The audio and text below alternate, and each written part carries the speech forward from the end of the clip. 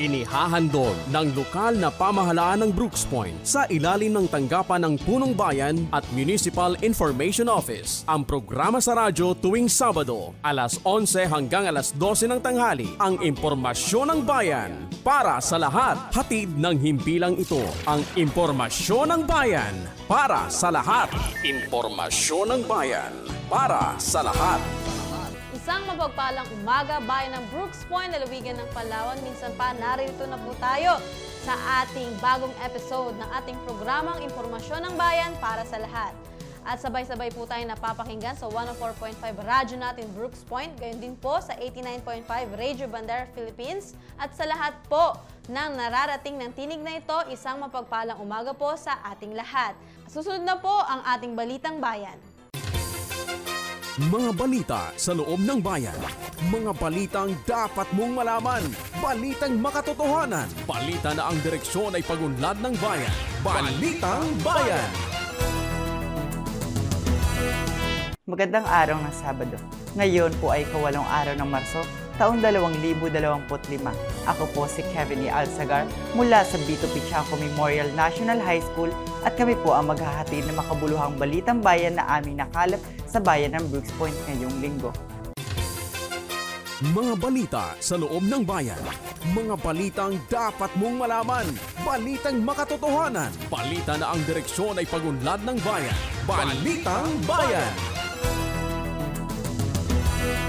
Narito ang ulo ng mga balita ni ihahayag sa atin ng Vitonian News Team. Mga kolorong na tricycle drivers pinagbabantayan sa TODA at LTO Brooks Point. DSWD at DA Maropa tinalakay ang programang Enhanced Partnership Against Hunger and Poverty kay Mayor Benedito. DepEd Division Office at Mayor Benedito isinasaayos ang kasunduan sa paggamit ng lote ng DepEd at LGU. Mayor Benedito pinangunahan ang turnover ceremony ng magugurang bridge sa barangay Salugon. Pamamahagi ng fertilizer discount voucher sa ilang barangay ng bayan ng Brooks Point, pinangunahan ni Mayor Benedito. Ican Board Regular Meeting, pinangunahan ni Mayor Benedito. Professionalized Corps of Test Administrators Training 2025 matagumpay na isinagawa sa bayan ng Brooks Point. Electrification Line Project sa Barangay Malis, tinalakay sa tanggapan ni Mayor Benedito. Mga mag-aaral ng Southern Palawan Christian Academy, masayang naglakbay-aral sa LGU Brooks Point. At National Arts Month Celebration sa bayan ng Brooks Point, matagumpay na idinaos. Magbabalik ang Vitonian News Team para sa mga detalye ng Balitang Bayan. Mga balita sa loob ng bayan. Mga balitang dapat mong malaman. Balitang makatotohanan. Balita na ang direksyon ay pagunlad ng bayan. Balitang Bayan. At nagbabalik ang ating Balitang Bayan. Tayo po ay manatiling nakatutok sa programang ito. Para sa ating unang balita, mga kolorom na tricycle drivers ipinagbabantayan sa TODA at LTO Brooks Point. Tunghayan natin ang detalye sa balita ni Vitonian News reporter Fatima C. Ame. Balitang Bayan. Nakipagpulong si Mayor Cesario R. Benedito Jr. sa Tricycle Operators and Drivers Association o TODA Federation ng Brooks Point noong February 21, 2025 sa conference room ng New Municipal Building sa Barangay Tugtog. Dumalo rin ang iba't ibang opisyal, kabilang sina Municipal Administrator Edgar Lacandaso, MDRRMO OIC Engineer Mod Ryan Miranda, at mga kinatawan mula sa Land Transportation Office o LTO, Business Permits and Licensing Office o BPLO at ng TODA. Tinalakay sa pagpupulong ang reklamo ng TODA members tungkol sa mga kolorom ng tricycle drivers na patuloy na namamasada ng walang kaukulang permit. Bilang tugon, iminungkahi ni Mayor Benedito ang mas mahigpit na inspeksyon ng LTO at hinihikayat ang mga hindi rehistradong driver na kumuha ng permit sa BPLO upang maging legal ang kanilang pamamasada. Nagbabala rin ang LTO na maaring makulong at pagmultahin ang mga lalabag. Inanunsyo naman ni Admin Lacandaso ang planong MOA ng LGU at mga ospital upang mabigyan ng subsidiya ang TODA members para sa kanilang X-ray examination, isang requirement ng LTO. Tinalakay din ang isyu ng drainage system malapit sa TODA station na kasalukuyang inaaksyonan ng Municipal Engineering Office. Samantala, hinikayat ng MDRRMO ang TODA members na maging volunteer responders sa panahon ng sakuna Bago matapos ang pagpupulong, muling ipinaalala ni Mayor Benedito ang pagsunod sa regulasyon at inihayag ang extended hanggang Marso ang libreng pagsasaayos ng business permit ng BPLO. Fatima Siame, Vito Pichangco Memorial National High School, nag-uulat para sa Balitang Bayan. At sa Balitang Pangbayan, DSWD at DA Mimaropa, tinalakay ang programang Enhanced Partnership Against Hunger and Poverty kay Mayor Benedito. Para sa detalye, narito si Bitonia News reporter Angel Cassie O. Custodio. Balitang Bayan. Nakipagpulong sa tanggapan ni Mayor Cesario R. Benedito Jr. ang ilang kawani ng Department of Social Welfare and Development o DSWD at Department of Agriculture o DA ng Mimaropa Region upang talakayin ang programang Enhanced Partnership Against Hunger and Poverty o EPAP. Ito ay ginanap sa New Municipal Building, Barangay Tugto, Brooks Point, Palawan noong araw ng Miyerkules, February 19, 2025. Kabilang sa mga kawaning nakipag-ugnayan sa tanggapan ng punong bayan sina EPAP Operations and Monitoring Officer Maria Khalil Cristal at EPAP Planning and Finance Officer Cristil Jane T. Bascar ng DSWD Mimaropa at Agriculture Technician to Rufelin D. Miranda ng DA Mimaropa. Layunin ng pakikipag-ugnayan ng mga kawani kay Mayor Benedito ang nagpipintong pakikipagtulungan ng lokal ng pamahalaan ng Brooks Point, Palawan sa DSWD at DA ng Mimaropa Region upang mabawasan ang umuusbong na kaso ng kagutuman at kahirapan ng kasalukuyan dinaranas ng mga mamamayan sa bayan ng Brooks Point. Sa pakikipag-usap, pinasalamatan ni Mayor Benedito ang inisyatibang ito ng Mimaropa Region dahil ang mga ito ay lubhang makatutulong sa pag-unlad ng ating bayan. Angel Casey Custodio mula sa Vito Pichangco Memorial National High School nag-uulat para sa Balitang Bayan. Maraming salamat sa iyo, Cassie. Susunod, DepEd Division Office at Mayor Benedito isinasaayos ang kasunduan sa paggamit ng lote ng DepEd at LGU. Tunghayan natin ang buong detalye sa ulat ni Bitonia News reporter Nilien Paderes. Balitang Bayan. Formal na nakipagpulong si Mayor Cesario R. Benedito Jr. sa Department of Education o DepEd Division Office Personnel na noong umaga ng Miyerkules, Pebrero 19, 2025 sa conference room ng New Municipal Building, Brooks Point, Palawan. Kasama rin sa pagpupulong sina Municipal Administrator Edgar Lacandaso, Municipal Assessor Janet Quino, MDRRMO OIC, Engineer Maud Ryan Miranda at Municipal Engineer Raul Kiano Jr. Naging sentro ng kanilang talakayan ay ang usaping tungkol sa rutinang kinatirikan ng Municipal Police Station, Municipal Disaster Risk Reduction Management Office, Tourist Office, Crisis Intervention Center, People's Park, Municipal Swimming Pool, at Tourist Rest Area na naploob umano sa lupang pagmamayari ng DepEd. Sa lihim ng ipinapadala ng LGU Brooks Point, kanilang hinihiling na ipagkaloob sa PNP ng Brooks Point at MDRRMO ang lupang kinatitirikan ng mga gusaling ito, samantala para sa iba pang pasibilidad tulad ng Tourism Office, Crisis Intervention Center, People's Park, Municipal Swimming Pool at Rest Area. Isinulong naman ang isang usufruct argument. Tugon naman ni Senior Education Program Specialist DCN P. Atrero. Wala umanong kapangyarihan ng Division Office upang magbigay ng desisyon sa ganitong usapin dahil ang naturang autoridad ay nasa Secretary of Education.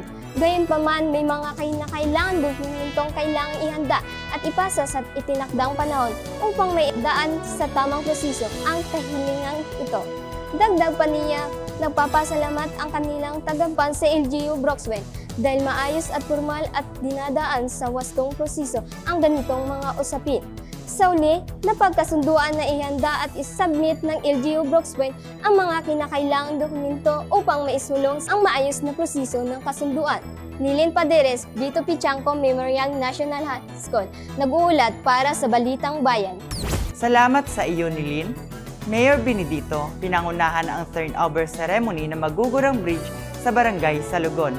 Sa ulat ni Bitonia News reporter Fatima C. Ame. Balitang Bayan. Matagumpay na pinangunahan ni Mayor Cesario R. Benedito Jr. katuwang ang Municipal Engineering Office sa pangunguna ni MAO Engineer Raul Quijano Jr. ang isinagawang turnover ceremony ng proyektong tulay sa Sitio Magugurang, Barangay Salugon, Brooks Point, Palawan, araw ng Huwebes, February 20, 2025. Ang nasabing proyekto ay nagkakalaga ng 2.4 million pesos mula sa 20% Development Fund na nakadesenyo sa mga dadaang tao, motorsiklo at tricycle na may load limit na 500 kilograms lamang. Ayon kay Mayor Benedito, bagamat marami umanong pagsubok na nararanasan bago matapos ang tulay, ipinagpasalamat niya na natapos na at sa wakas ay magagamit na umano ito ng mga residente ng Barangay Salugon. Ipinagkatiwala niya na umano sa mga barangay officials sa pamamagitan ng Kapitan Freddy Bukubo ang pamamahala at pag-iingat sa proyekto. Masaya namang tinanggap ni Kapitan Bukubo ang proyekto at pinasalamatan si Mayor Benedito kasama ng bumubuo ng Sangguniang Bayan dahil sa kanilang agarang aksyon sa ipinasang resolusyon na naglalaman ng kahilingang mapagawa ang tulay dahil lubhang mahalaga umano ito lalo na sa mga estudyanteng tumatawid patungong paaralan. Fatima Siami, Vito Pichanco Memorial National High School, nag-uulat para sa Balitang Bayan. Maraming salamat, Fatima. Samantala, pamamahagi ng fertilizer discount voucher sa ilang barangay ng bayan ng Brooks Point, pinangunahan ni Mayor Benedito. Narito ang ulat ni Vitonia News reporter Angel Cassie O. Custodio. Balitang Bayan. Pinangunahan ni Mayor Cesario R. Benedito Jr. ang pamamahagi ng fertilizer discount voucher sa mga magsasaka sa Barangay Samariñana noong Miyerkules, February 5, 2025 at sa Barangay Poblacion District 1 noong Huwebes, February 6, 2025 sa covered gym ng mga naturang barangay. Ang nasabing pamamahagi ay kabilang sa programang RICE program ng Department of Agriculture o DA na naglalayong matulungan ang mga magsasaka dahil sa pamamagitan umano ng mga voucher discounts, makababawas ito sa gastusin sa pagbili ng abono. Ayon kay Mayor Benedito, masaya siyang makita ang mga kababayan nitong magsasaka na patuloy na nagsusumikap upang makapagtanim at makapag-produce ng bigas para sa kanilang pamilya at sa mga mamamayan ng Brooks Point. Kaya't anya ang Administrasyong Benedito ay patuloy susuporta sa mga programa at pangangailangan ng Office of the Municipal Agriculture sa ating bayan. Kabilang rin sa mga dumalo sa programa sina Sangguniang Bayan members, SB Richard Balian, SB Nathan Sam Ola Canilaw, SB Ezekiel Rodriguez, Liga ng mga Barangay President, Georgialine Joy Kiachon, dating Executive Secretary Stalwart Joseph Benedito at iba pang kawani ng pamahalaang lokal. Edelkisi Custodio, Vito Pichanco, Memorial National High School nag-uulat para sa Balitang Bayan. Salamat sa iyo, Cassie. Susunod, Ican Board Regular Meeting, pinangunahan ni Mayor Benedito. Balitang hatid sa atin ni Vitonia News reporter ni Lynn Paderes. Balitang Bayan. Maayos na binuksan ni Mayor Cesario R. Benedito Jr. ang Environmentally Critical Areas Network ICAN Board Regular Meeting bilang chairman upang simulan ang mga talalakaying agenda noong Martes, February 18, 2025 na ginanap sa conference room ng New Municipal Building, Barangay Tubtob, Brooks Point, Palawan. Unang napag-usapan ang pagsasaayos ng attendance ng mga official members ng ICAN na laging absent o laging representative lamang ang ipinapadalo sa bawat pagpupulong. Napagdesisyon ng alisin o palitan ang mga ito para sa maayos na pag-usap, pagpaplano at pagbuo ng mga resolusyon sa mga usaping may kaugnayan sa pagpapahalaga ng kalikasan at iba pa pang-environmental concern na sakop sa bayan ng Brooks Point. Samantalang inilatag din sa naturang pagpupulong ang Strategic Environmental Plan o SIP Monitoring Team o SEP Monitoring Fund o founded ng Palawan Conservation Sustainable Development PCSD. Tinalakay rin ang pag-provide ng legal templates sa lokal ng pamahalaan para sa ICAN board meeting na bumubuo sa SMT. Gayon din ang Tripartite Memorandum of Agreement sa pagitan ng Project Proponent, PCSD at ICAN board kabilang na ang work at financial plan. Sa huli, inuulat ni Minro Forest Ranger in RMD Bantay Graba Section Chief Giselle D. Bilet ang illegal activities request ni Mr. Ray Espinola patungkol sa truckload trips ng graba mula sa spillway ng Barangay Mainit at Pangubilyan, kasama na ang pagkuha ng graba sa Sabsaban Post sa Sitio Cabar, Barangay Aribungos, Brooks Point, Palawan. Ito ay mula sa September 22, 2024, January 17, 30, 2025 at February 1, 2025 na umabot na ang libo-libong bulyon ng cubic meters na walang binabayarang permit mula sa LGU. Nilin Paderes, Vito Pichangco, Memorial National High School, nag-uulat para sa Balitang Bayan. Maraming salamat sa iyo, Nilin. Samantala, Professionalized Corps of Test Administrators Training 2025 matagumpay na naisagawa sa bayan ng Brooks Point. Narito ang ulat sa atin ni Vitonian News Reporter Fatima C. Ami. Balitang Bayan. Matagumpay na isinagawa ang Professionalized Corps of Test Administrators dahil marami umanong matutulungang mga taga Brooks Point at karatigbayan na nais magkaroon ng eligibility. Aniya, hindi na umano kailangang pumunta pa sa lungsod ng Puerto Princesa para makapag-exam. Kung kaya't, makakatipid rin umano ito sa mga gastusin ng mga examens. Dagdag pa ni Mayor Benedito, buo ang suporta ng kanyang administrasyon sa mga programa katulad nito dahil nais niyang maging mas produktibo pa ang bayan ng Brooks Point sa pamamagitan ng maraming individual na maiproduce na professional dahil sa CSC exam. Fatima C. Ami, Vito Pichangco Memorial National High School, nag-uulat para sa Balitang Bayan. Salamat sa iyo, Fatima. Electrification Lines Project sa Barangay Malis, tinalakay sa tanggapan ni Mayor Benedito. Balitang hatid sa atin ni Vitonian News Reporter Angel Cassie O. Custodio. Balitang Bayan. Nagkaroon ng mahalagang pagpupulong sa tanggapan ni Mayor Cesario R. Benedito Jr. sina Municipal Engineer Raul Quijano, Paleco Area Construction Section Head Mark Anthony D. Capintin, Barangay Malis, Kagawad, Lydia Aymangmang, MPDO Zoning Representatives Elmer Aranches at Digger Jan Moledo noong araw ng Miyerkules, February 19, 2025 na ginanap sa New Municipal Building, Barangay Tubtob upang talakayin ang electrification line project sa Barangay Malis, Brooks Point, Palawan. Bukod sa nabanggit na barangay ay plinano rin umano ng lokal na pamahalaan ang pagkakaroon ng electrical line project sa iba pang areas ng mga barangay na mapahanggang sa ngayon ay hindi pa rin naabot ng kuryente. Subalit kailangan pa munang makagawa ng ordinansa, electrical certification of final inspection, planning at coordination sa Paleco, Bureau of Fire Protection, DENR at Municipal Assessor's Office para sa tax declaration, NCIP at iba pang may kaugnayan sa mga madadaanan ng proseso ng mga requirements para sa tuloy-tuloy na installation o implementation ng naturang proyekto. Angel Casey Custodio, Vito Pichangco Memorial National High School, nag-uulat para sa Balitang Bayan. Maraming salamat, Cassie.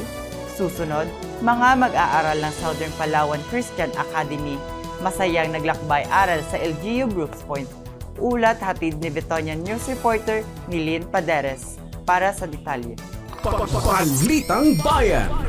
Masayang tumungo ang mga mag-aaral ng Southern Palawan Christian Academy Incorporated o SPCA sa New Municipal Building, Barangay Tubtob, Brooks Point, Palawan para sa kanilang ginanap na lakbay-aral araw ng Miyerkules at Huwebes, February 19 to 20, 2025. Noong Miyerkules natuntunan ng 31 mag-aaral mula sa ikalawang baitang kasama ang kanilang mga guro at tagapatnubay na sina Teacher Sunshine Abon at Teacher Rosalinda Bonaris. Ang mga tungkulin ng iba't ibang opisina ng pamahala lokal, samantala mayroong 27 estudyante na kabilang sa grade 4, 23 mula sa grade 5 at 17 naman sa grade 6. Kasama ang kanilang mga guro at tagapatnubay na sina Teacher Jacel Hondrada, Teacher Geraldine Refreque at School Principal Ana Carandang ang pumunta sa LGU noong Huwebes.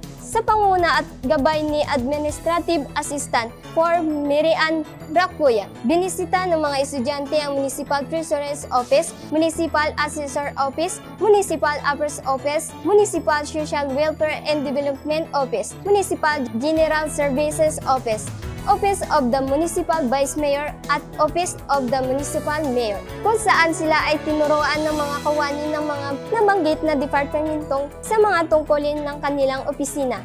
Sa paglalakbay, masiglang pinulong ni Vice Mayor Attorney Mary Jean D. Feliciano ang mga estudyante ng SPCA at kanyang ipinakita ang sangguniang bayan. Session Hall, kanya ring pinaalalahanan ang mga kabataan na ugaling magdasal sa lahat ng pagkakataon, anuman ang sitwasyon.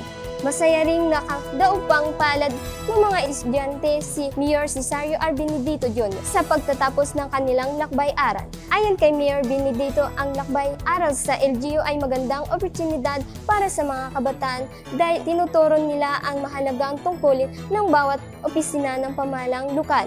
Nilin Paderes, Vito Pichangco Memorial National High School, nag-uulat para sa Balitang Bayan. Maraming salamat, Nilin. National Arts Month celebration sa bayan ng Bruce Point matagumpay na idinaos. Sa ulat ni Vitonian News reporter Fatima C. Ami. Balitang Bayan.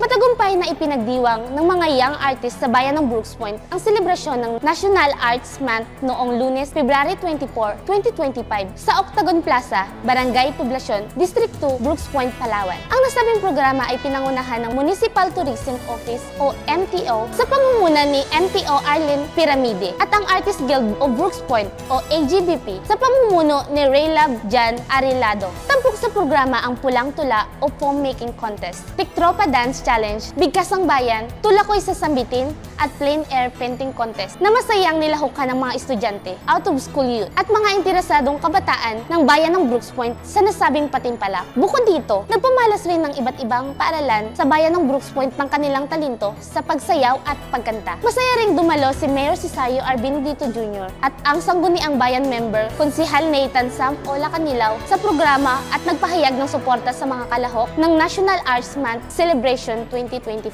Sa mensahe ni Mayor Benedito, kanyang pinasalamatan ang Municipal Tourism Office at Artist Guild of Brooks Point sa pagbibigay ng plataporma sa mga kabataan upang kanilang ipamalas at palawakin pa ang kanilang talento sa sining. Nagtapos ang programa sa isang awarding ceremony kung saan itinanghal na kampiyon si Welbert Sanchez sa Pulang Tula o Foam Making Contest at ang Sinagtala Dance Troupe ng Sacred Heart of Jesus High School of Palawan Incorporated. Sa Tiktropa Dance Contest, si Liza Katain ng Brooks Point National High School sa Bigkasang Bayan, Ryan Pasigwa ng Ipilan National High School sa Tulakoy sa Sambitin at si Francis Carl Latubi ng Palawan State University sa Plein Air Painting Contest. Fatima Siami, Vito Pichangco Memorial National High School, nag-uulat para sa Balitang Bayan.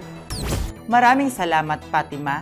Manatiling nakatutok sa pakikinig at panunood ng ating programang impormasyon ng bayan para sa lahat. Susunod na sa ating programang Ang Talakayang Bayan. Ako po si Kevin E. Alzagar. Kami po muli ang Vito Pichangco Memorial National High School o ang Vitonian News reporter na naghatid ng Balitang Bayan. Mapagpalang araw sa lahat, bayan ng Brooks Point. Mga balita sa loob ng bayan. Mga balitang dapat mong malaman. Balitang makatotohanan. Balita na ang direksyon ay pagunlad ng bayan. Balitang Bayan. At narito na po tayo sa ating Talakayang Bayan. Talakayang Bayan. Masusing pag-uusapan ang mga programa at proyekto ng bayan. Talakayang Bayan. Ilalahad ang mga plano at direktiba ng pamahalaan. Pag-aaralan ang bawat anggulo ng sitwasyon. Lilinawin ang bawat issue. Magbibigay ng matalino at makabuluhang talakayan. Talakayang Bayan. Isang mapagpalang umaga bayan ng Brooks Point, lalawigan ng Palawan. At narito naman po tayo ngayon sa ating pangalawang segment, ang Talakayan sa Bayan. Ayan, minsan pa, welcome po sa ating programa. Ayan, ngayon po ay narito po tayo ngayon upang talakayin ang tungkol sa DENR EMB Palawan Permitting Expo 2025. Kaya naman, tayo po ay honored at nai-excite na makapanayam. Ayan po, sama-sama po nating i-welcome ang ating guest po natin ngayong umaga. Walang iba po kundi si Forester Mercy B. Almorfe, Chief Provincial Environment Management Unit at the same time, Head of Provincial Environmental Management Bureau, Mima Rupa. Yan, isang magandang umaga po sa inyo, ma'am. Ayan, Hello, magandang umaga. Talakayan ng Bayan? Yes. Okay.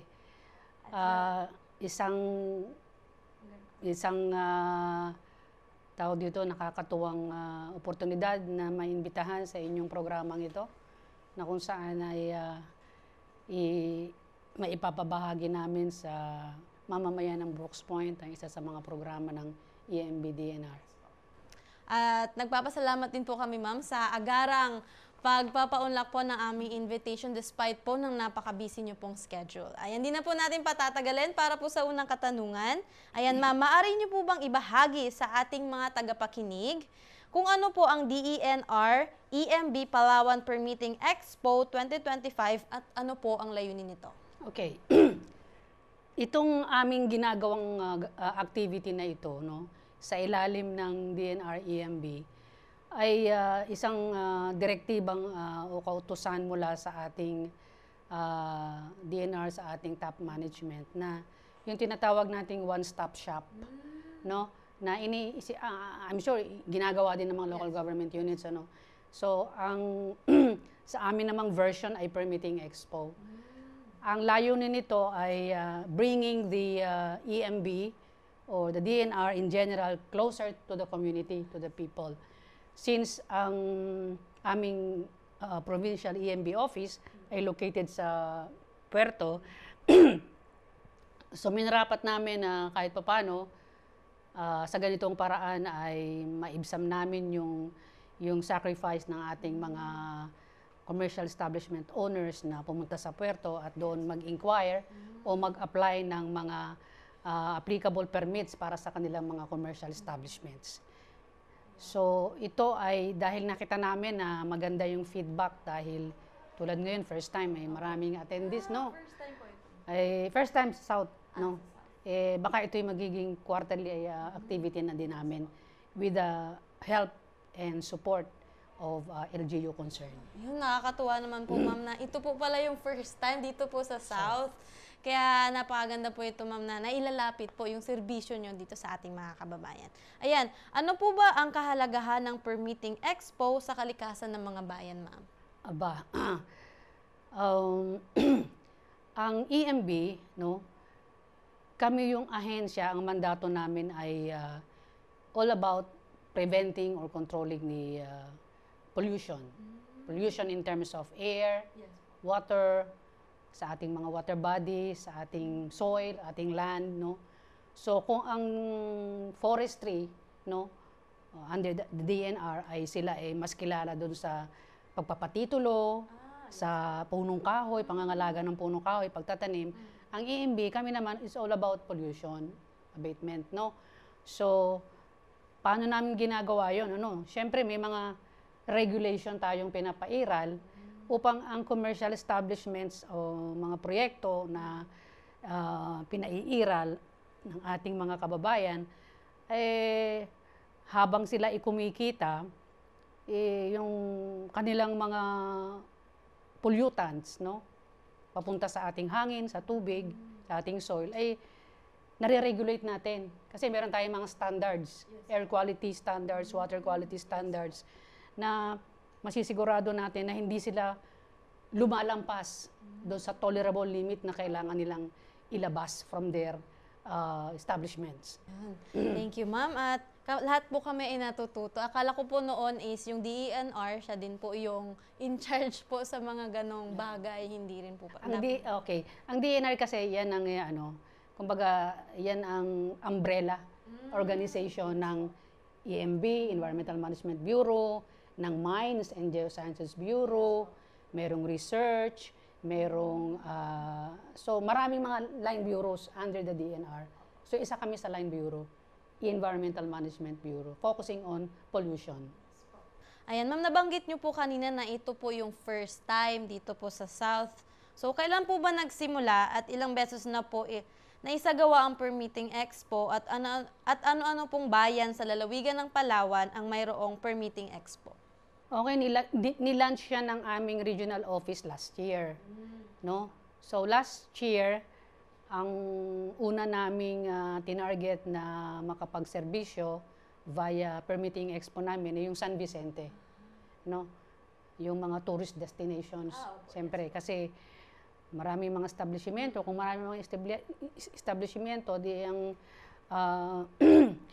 ang equivalent niyan siyempre maraming mga marami tayong inaasahan na pollution coming from that establishment in terms of wastewater, in terms of emissions, no, etc., etc.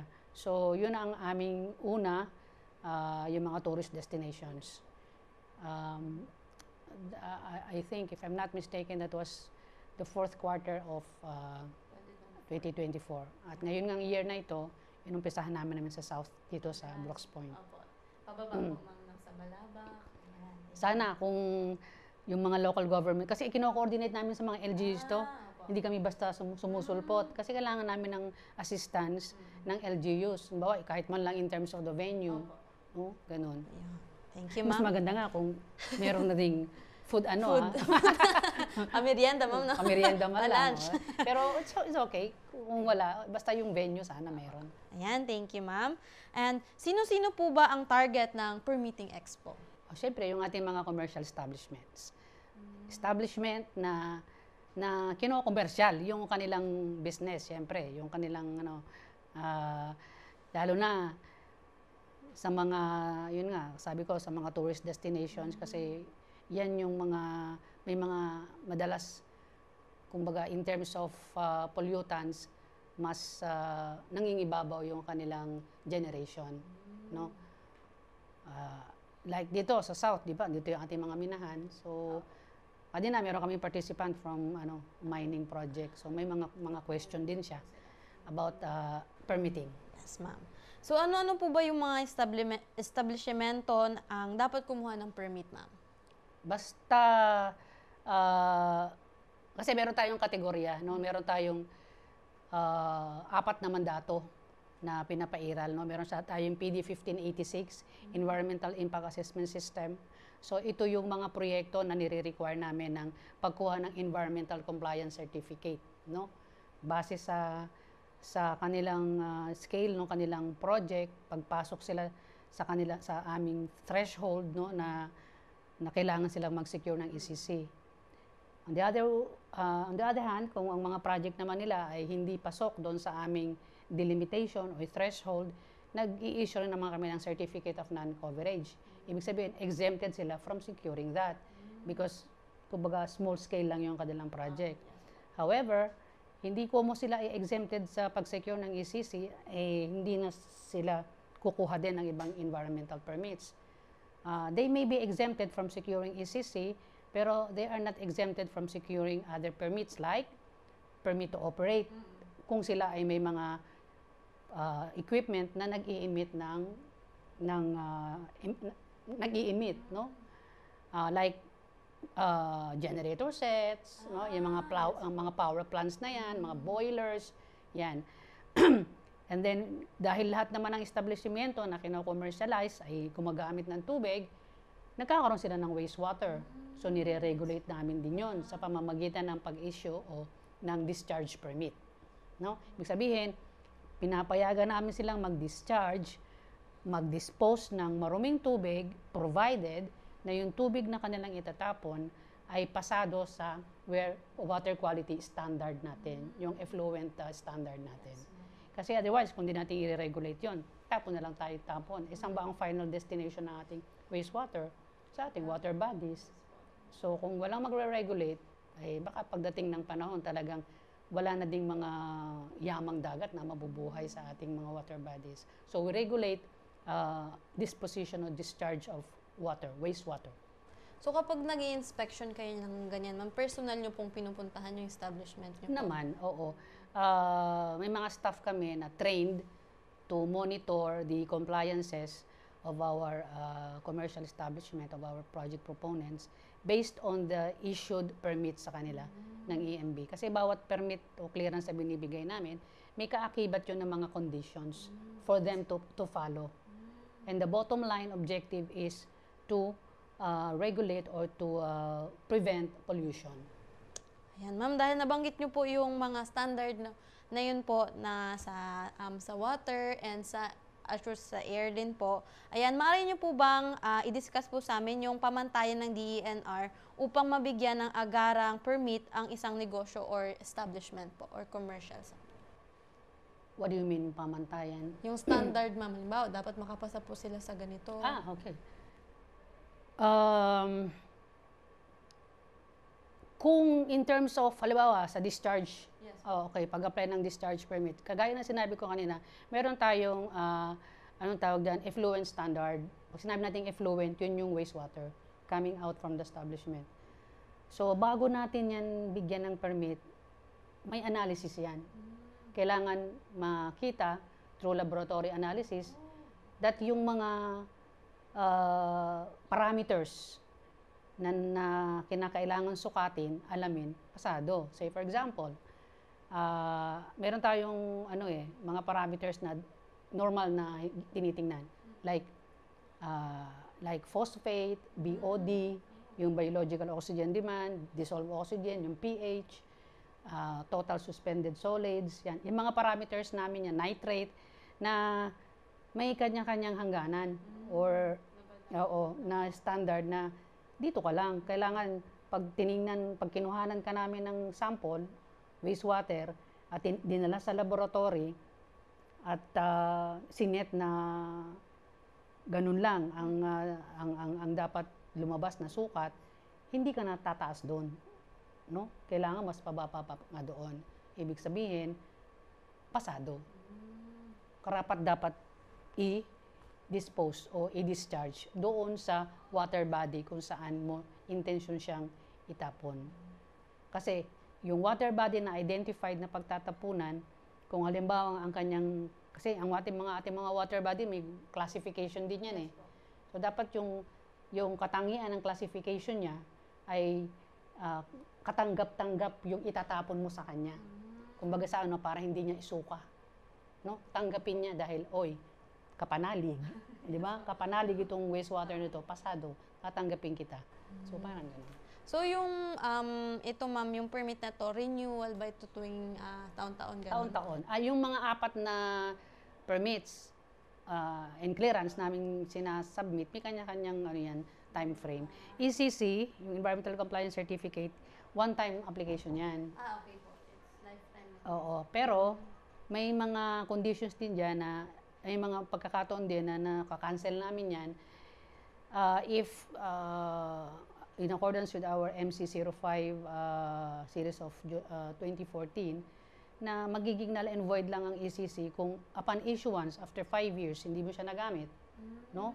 Na-display mo lang naman, hindi naman nag-operate yung pinag-applyan mo noon, we can cancel it, no? Nare-revoke 'yon provided na within 5 years ini-inform mo kami na wala naman palang operation, using our prescribed reportorial requirements, yung tinatawag nating self-monitoring report at compliance monitoring report na yung proponent ang nag-fill up nun. And then yung discharge permit, that is an annual taunan yan. And then yung permit to operate air pollution source equipment, yun naman every 5 years. No, okay. Doon sa air pollution, permit to operate, ang sinusukat naman yan, yung kalidad ng hangin na ibinubuga ng inyong facility. Like yung genset, mga power plants na yan, kung masyadong mausok, masyado ng ang presumption nun baka lampas-lampas na yan sa pinapairal na parameter for mga sa stock testing.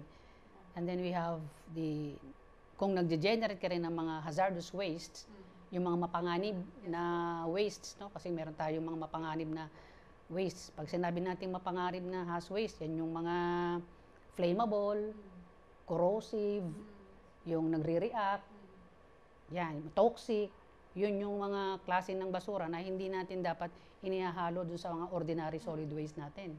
Kasi mapanganib nga paka-threat sa ating health. So yun, dapat nagpaparegister din ang ating mga establishmento na gumagamit ng mga ganyan para na-i-inventaryo namin kung sino-sino yung mga generators at nare-regulate namin at na-advise na dapat yan ay tinitreat muna bago yan finally i-dispose.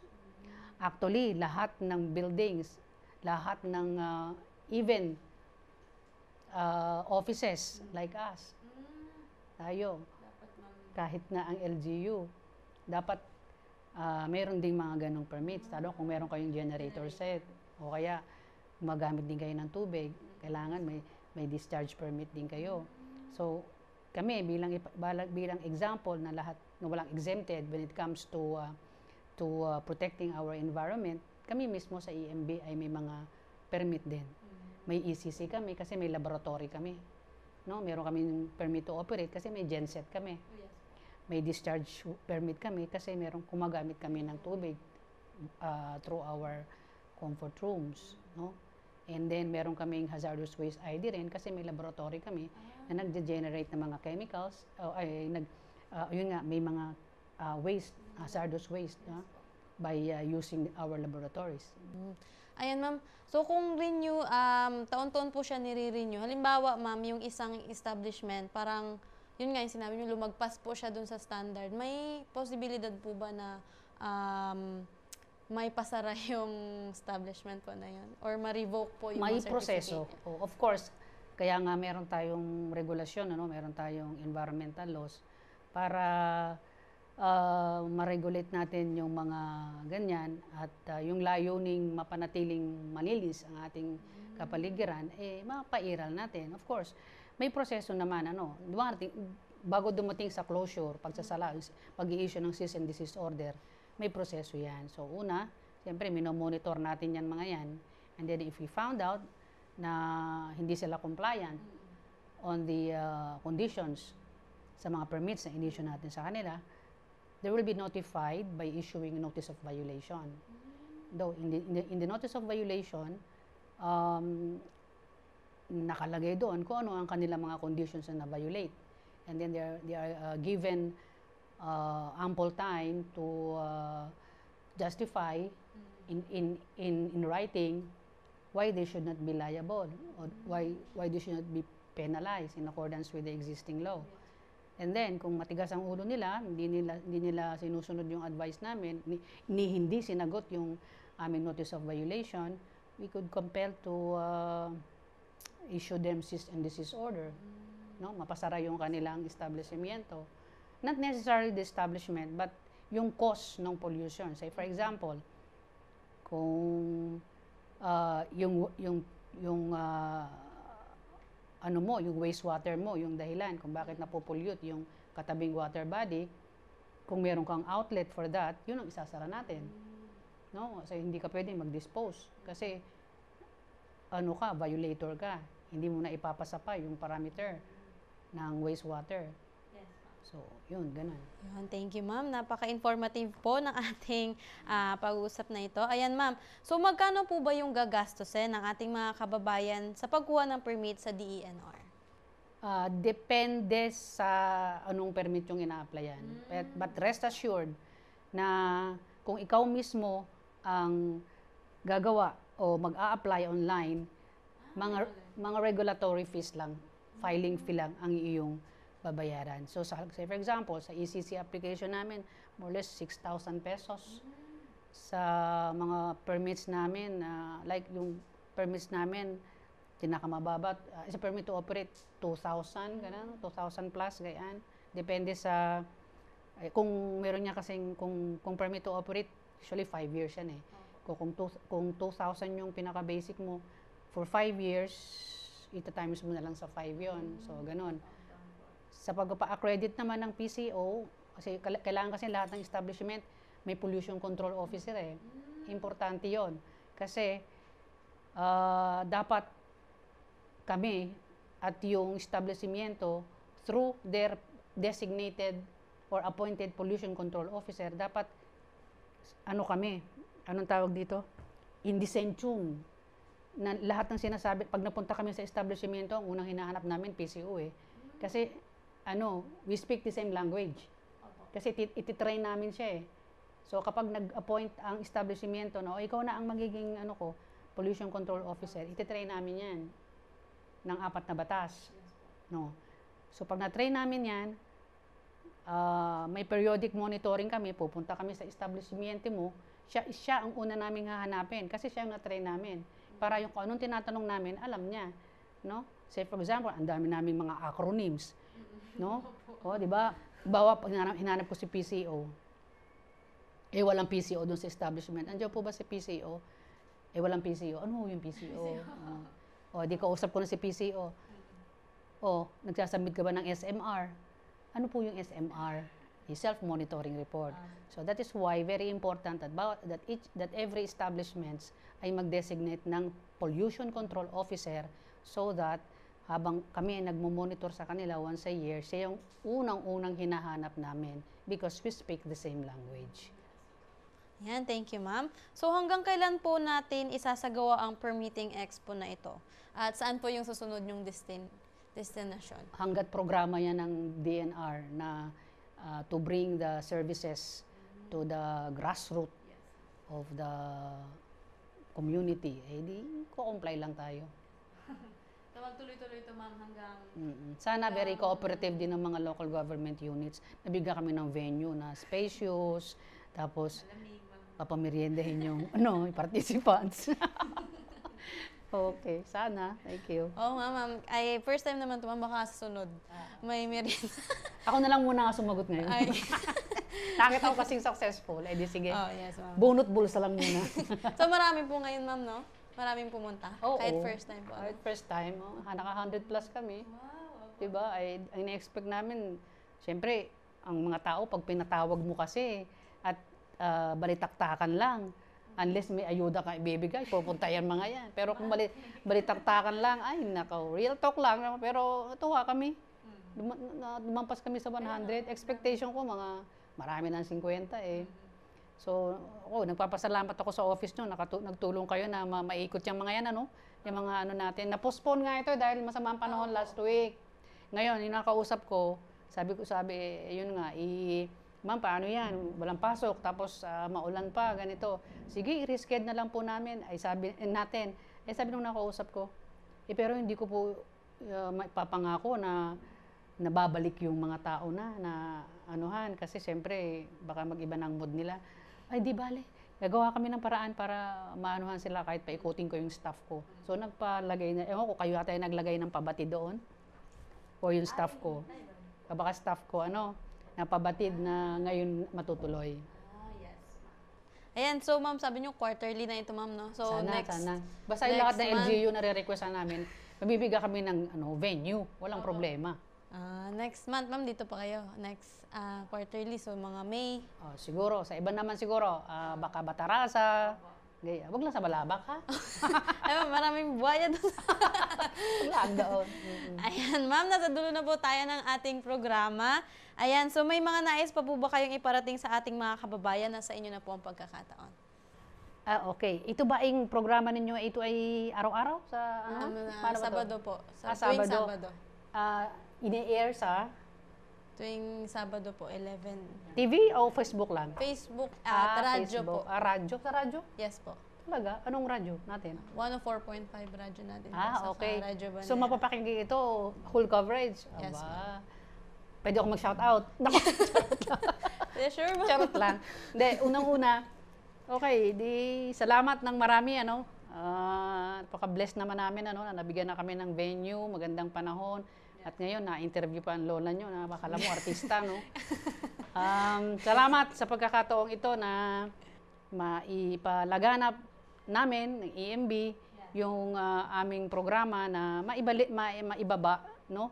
Ang aming serbisyo dito, no? Na anuhan. At kanina, hindi lang naman permitting expo, yung proseso ng pagpe-permitting ang aming naituro, kundi nag-open forum din kami upang yung mga nalalabuan sa kanilang application ay maipaliwanag natin. So maraming salamat sa programang ito at binigyan kami ng pagkakataon. No? Kaya ang tangi ko lang pong mahihiling, sana yung mga ating mga commercial establishment na umiiral na sa ngayon na ang alam lang nila kasi pag meron silang mayor's permit o business permit, okay na, no? Pero sana through the local government unit concerned, maiparating din ninyo na bago sila mag-operate ay pumunta muna sa mga kaukulang ahensya at alamin kung ano pa yung kanilang i-comply, no? Kasi yung iba kasi pag sinabi, meron na kaming mayor's permit meron na kaming sanitation ay kaya inaabot sila ng notice of violation. Ang iba, ang sasabi, hindi na pag nakaka-receive ng notice of violation, bakit po kami may NOV, wala namang binigay sa amin ng LGU na kailangan pa namin itong ganito, na ganyan-ganyan. Okay, kaya nga po mayroong notice pa lang yan no? Notice. Meaning to say, from that paper, alam nyo na mayroon pala kayong i-comply. So, sagutin nyo lang po yan that you are now that you know, you are now very willing to comply with the existing environmental law in terms of permitting. So, yun lang po. At tayo magtutulungan. Hindi naman po kami basta-basta mag-i-issue ng NOV kung alam naman po namin na kayo ay compliant. No, nakikita namin. So, survey muna and then i-inform kayo, mag-apply, ganyan. And then, yun. Kung mayroon kayong mga karagdagang katanungan, ay mag-iiwan po ako dito ng aking contact number sa office and you are very free to contact us through me as the provincial head ng EMB. With that, thank you so much for the opportunity. Yes. Ayan, Salamat thank you, po. ma'am. God bless. At nagpapasalamat po kami ng sobra dahil pinaunlakan niyo po yung invitation namin. As in talagang very quick lang po. As pumayag po kayo kaagad. At naway po hindi po ito yung first time na makapanayan po namin kayo, ma'am. Naway, sunod po na expo nyo is nandito rin po kayo ulit sa aming Sige. programa. Sana. Ayan. Sige. At Thank nagpapasalamat you. po kami, ma'am, sa inyong serbisyo po sa pagtataguyod po ng isang sustainable environment. Thank you so much. Yeah, thank you po. Talakayang Bayan. Masusing pag-uusapan ang mga programa at proyekto ng bayan. Talakayang Bayan. Ilalahad ang mga plano at direktiba ng pamahalaan. Pag-aaralan ang bawat anggulo ng sitwasyon. Lilinawin ang bawat issue. Magbibigay ng matalino at makabuluhang talakayan. Talakayang Bayan. Serbisyong Bayan. Mga serbisyo, programa at proyektong bayan na dapat mong malaman at mapakinabangan. Serbisyong Bayan. Mga tulong ng pamahalaan, diretso sa mga mamamayan. Hatid ng pamahalaang lokal ng Brooks Point. Serbisyong Bayan. Malinis, mabilis at makadiyos na paglilingkod. Serbisyong Bayan. At nasa dulo na po tayo sa last segment, ang Serbisyong Bayan. Una po sa ating listahan, ayan, good news po para sa ating mga kababayang lady riders. Ayan, bilang pagkilala sa lakas, tibay at mahalagang kontribusyon ng mga kababaihan sa lahat ng sektor, ang Land Transportation Office o LTO Brooks Point ay magsasagawa ng libreng Theoretical Driving Course o TDC para sa mga babae ngayong pagdiriwang ng 2025 National Women's Month. Ayan, kailangan lang i-scan ang QR code at mag-register sa online form upang makabilang sa libreng kurso. Ayan, dapat po nating tandaan, ang bawat batch ng nasabing kurso ay makatatanggap lamang po ng 50 or 50 aplikante. Kaya ano pang mga hinihintay po ng ating mga lady riders? Ayan po, mag-scan na po at mag-register na. So po ang ating QR code po ay nakapost po sa ating official page, sa Municipal Information Office page. Maaari lamang po kayo magtungo doon at hanapin po ang QR code. Sunod, ayan, pabatid po sa publiko na ang tanggapan ng Municipal Civil Registrar ay lumipat na po sa bagong munisipyo sa Barangay Tubtob, Brooks Point, Palawan. Ayan, para po sa kanilang mga kliyente na magpaparehistro o may anumang transaksyon na may kaugnayan sa civil registration, ayan, maaari nyo po silang matagpuan sa kanilang opisina na matatagpuan po sa ground floor ng bagong munisipyo. Ayan po sa lahat po ng ating mga eskolar ng bayan. Ayan po, naglabas na po ang Office of the Municipal Mayor, Community Affairs Division ng official page po ng mga eskolar ng bayan para sa taong panuruang 2025-2026. Kaya maaari nyo lamang pong bisitahin ang kanilang official Facebook page at hanapin po ang inyong pangalan doon at hintayin nyo po ang announcement kung kailan po magre-release ng cash assistance. At dahil po nasa buwan po tayo ng Marso, ito po ay tinaguri ang Fire Prevention Month 2025. Yan, ang lokal ng pamahalaan ng Brooks Point sa pamamagitan ng Municipal Information Office ay nakikiisa sa Fire Prevention Month 2025. Sama-sama tayong mag-ingat, maghanda at maging laging handa upang maiwasan ng sunog at mapanatili ang kaligtasan ng bawat isa. Ayan, bakit nga ba po sinabing or bakit idiniklara ang Marso bilang Fire Prevention Month?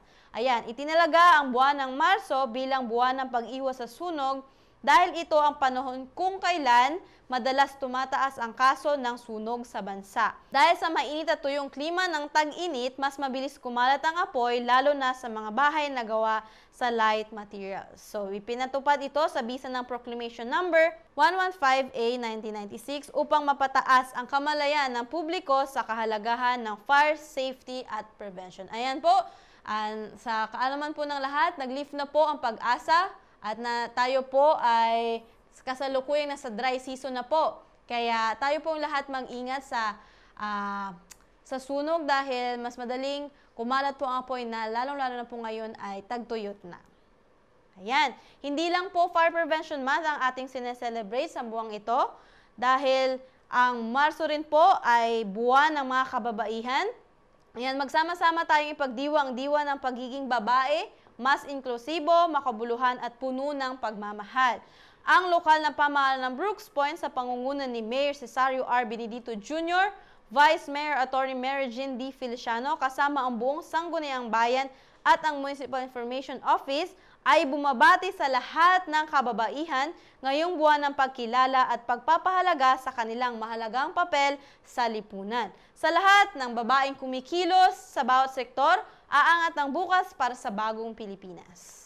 Ayan po, pabatid po mula sa Brooks Point Municipal Disaster Risk Reduction Management Council. Ayan, sila po ay naghahanap ng mga junior volunteer at ito po ay open to all high school students. So ano nga ba ang matatanggap or benefits nyo po sa pagsali nyo po sa being a junior volunteer? So meron po kayong free uniform and ID. Meron din po kayong mga libreng training and workshops. Meron din po kayong chance to build network with other volunteers and maging parte po ng emergency response and DRR activity. So ano nga bang dapat gawin?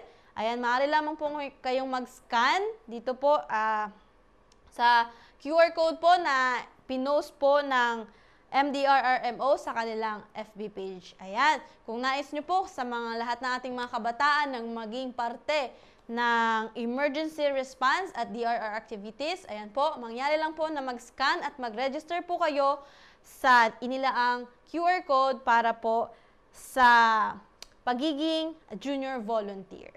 Ayan, isang malaking congratulations Team Brooks Point sa inyong dedikasyon, sipag at puspusang pagsasanay, matagumpay ninyong naiuwi ang overall championship sa Palarong Panlalawigan 2025. Ayan, lubos ang pasasalamat at pagbati ng pamahalang lokal ng Brooks Point sa lahat ng mga atleta, coaches, trainers, mga guro at sumuporta sa laban na ito. Ang inyong tagumpay ay patunay na husay at galing ng ating bayan. Muli, isang congratulations po para sa ating mga atleta, mga guro, mga coaches and trainers na nagsanay para po makamit natin ang kampyonatong ito. Serbisyong Bayan. Mga serbisyo, programa at proyektong bayan na dapat mong malaman at mapakinabangan. Serbisyong Bayan. Mga tulong ng pamahalaan, diretso sa mga mamamayan. Hatid ng pamahalaang lokal ng Brooks Point. Serbisyong Bayan. Malinis, mabilis at makadiyos na paglilingkod. Serbisyong Bayan. At dyan po nagtatapos ang isang oras nating balitaan, talakayan at serbisyong bayan. At sa bumubuo po ng Municipal Information Office, sa ngalan po ng aming Municipal Information Designate, walang iba po kundi si Ma'am Deborah Faith Malakaw. Ako po si Mariel Pagaduan ang naghatid sa inyo ng Balitang Bayan, Talakayang Bayan at Serbisyong Bayan. Sapagkat ang impormasyon ng bayan ay para sa lahat. Isang mapagpalang umaga, beautiful Brooks Point. Manong-manang tayo nasa dulo ng Palawan, sa bayan ng Brooks Point may kapistahan. Palisahan, kainan, sayawan at tugtugan, tayo na sa kanyugan. Manong ihanda na ang sangkutan, itagay ang tuba mula sa sisilan. Manang ihawin, kubita, supingan, tayo na mag-inuman.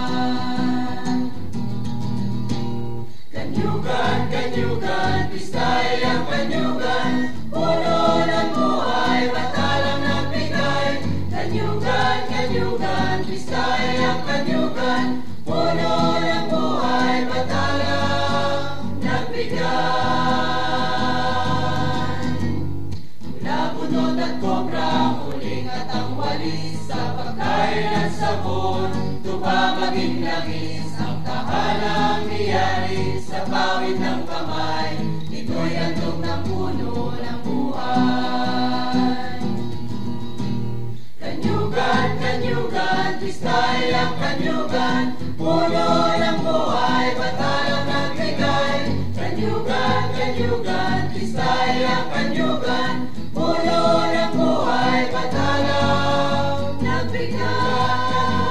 Twistay ang kanyugan, puno ng buhay, batalang nagbigay. Kanyugan, kanyugan, twistay ang kanyugan, puno ng buhay, batalang nagbigay.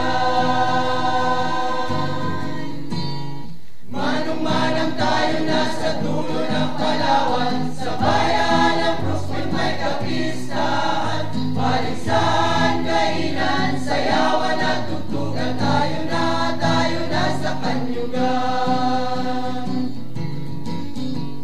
Mula bunot at kopra, ang huling at ang walis, sa pagkain at sabon, tuba maging langis, ang tahanang niyari sa pawid ng kamay, ito'y handog ng puno ng buhay. Kanyugan, kanyugan, twistay ang kanyugan, puno ng buhay, batalang nagbigay. Kanyugan, kanyugan, twistay ang kanyugan, puno ng buhay, batalang nagbigay. Twistay ang kanyugan, puno ng buhay, batalang nagbigay. Kanyugan, kanyugan, twistay ang kanyugan, puno ng buhay, batalang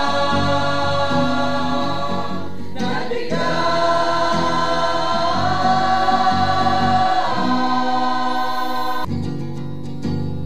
Manong-manang tayo na sa dulo ng Palawan, sa bayan ng Brooks Point may kapistahan, paligsahan, kainan, sayawan at tugtugan, tayo na sa kanyugan. Manong ihanda na ang sangkutan, itagay ang tuba mula sa sisilan, manang ihawin, kubita, subilan, magsumsuman tayo ng mag-inuman. Kanyugan, kanyugan, twistay ang kanyugan, puno ng buhay, batalang nagbigay. Kanyugan, kanyugan, twistay ang kanyugan, puno ng buhay, batalang nagbigay. Mula bunot at kobra, huling at ang walis, sa pagkain at sabon, tuba maging langis, ang tahanang niyari sa pawid ng kamay, ito'y handog ng puno ng buhay. Kanyugan, kanyugan, twistay ang kanyugan, puno ng buhay, batalang nagbigay. Kanyugan, kanyugan, twistay ang kanyugan, puno ng buhay, batalang nagbigay. Twistay ang kanyugan, puno ng buhay, batalang nagbigay. Kanyugan, kanyugan, twistay ang kanyugan, puno ng buhay, batalang nagbigay. Manong-manang tayo na sa dulo ng Palawan, sa bayan ng Brooks Point may kapistahan, paligsahan, kainan, sayawan at tugtugan, tayo na sa kanyugan. Mula bunot at kopra, ang huling at ang walis, sa pagkain at sabon, tuba maging langis, ang tahanang niyari sa pawid ng kamay, ito'y handog ng puno ng buhay.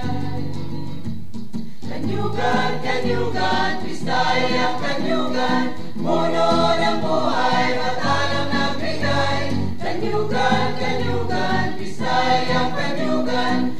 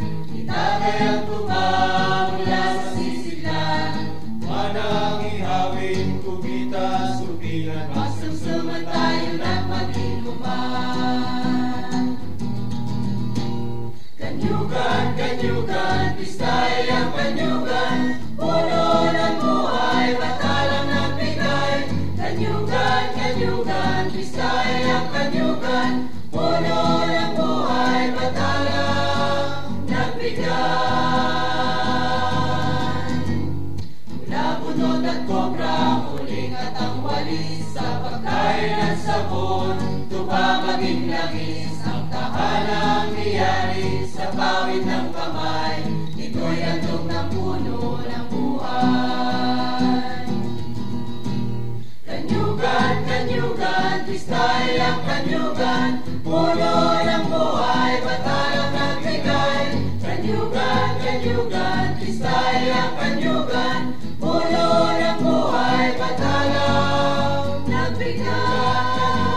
Pistay ang kanyugan, puno ng buhay, batalang nagbigay. Kanyugan, kanyugan, pistay ang kanyugan, puno ng buhay, batalang nagbigay. Manong-manang tayo na sa dulo ng Palawan, sa bayan ng Brooks Point may kapistahan. Paligsahan, kainan, sayawan at tugtugan, tayo na sa kanyugan. Mula bunot at kopra, ang huling at ang walis, sa pagkain at sabon, tuba maging langis ang tahanang niyari sa pawid ng kamay. Ito'y handog ng puno ng buhay. Kanyugan, kanyugan, pistay ang kanyugan, puno ng buhay, batalang nagbigay. Kanyugan, kanyugan, pistay ang kanyugan, puno ng buhay, batalang nagbigay. Pistay ang kanyugan, puno ng buhay, batalang nagbigay. Kanyugan, kanyugan, pistay ang kanyugan, puno ng buhay, batalang nagbigay.